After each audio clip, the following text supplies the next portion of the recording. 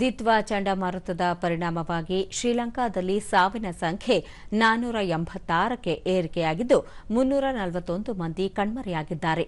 ಈ ಹಿನ್ನೆಲೆಯಲ್ಲಿ ಭಾರತ ಪುನರ್ವಸತಿಗಾಗಿ ಶ್ರೀಲಂಕಾಗೆ ನೆರವಿನ ಹಸ್ತ ಚಾಚಿದ್ದು ಆಪರೇಷನ್ ಸಾಗರ್ ಬಂಧುವನ್ನು ವಿಸ್ತರಿಸಿದೆ. ಶ್ರೀಲಂಕಾದಲ್ಲಿ ಸುಮಾರು 51,000ಕ್ಕೂ ಅಧಿಕ ಕುಟುಂಬಗಳ 1.71 ಲಕ್ಷಕ್ಕೂ ಅಧಿಕ ಜನರು ಸ್ಥಳಾಂತರಗೊಂಡಿದ್ದು ಸಾವಿರಾರು ಪರಿಹಾರ ಕೇಂದ್ರಗಳಲ್ಲಿ ಆಶ್ರಯ ಪಡೆದಿದ್ದಾರೆ. ಭಾರತ ತನ್ನ ಸಾಗರ ಬಂಧು ಕಾರ್ಯಾಚರಣೆಯ ಮೂಲಕ ಶ್ರೀಲಂಕಾದಲ್ಲಿ ಸಂತ್ರಸ್ತರನ್ನು ವಿಮಾನಗಳ ಮೂಲಕ ಸ್ಥಳಾಂತರಿಸುವುದು, ವೈದ್ಯಕೀಯ ನೆರವು ನೀಡುವುದು ಹಾಗೂ ಸಂಪರ್ಕ ಪುನರ್ ಸ್ಥಾಪನೆಯಂತಹ ಕಾರ್ಯಗಳಲ್ಲಿ ತೊಡಗಿದೆ. ಭಾರತೀಯ ವಾಯುಪಡೆಯ ಹೆಲಿಕಾಪ್ಟರ್ಗಳು ಚಂಡಮಾರುತದಲ್ಲಿ ಸಿಲುಕಿರುವವರನ್ನು ಸುರಕ್ಷಿತ ತಾಣಗಳಿಗೆ ಸ್ಥಳಾಂತರಿಸುವಲ್ಲಿ ಕಾರ್ಯೋನ್ಮುಖವಾಗಿದೆ.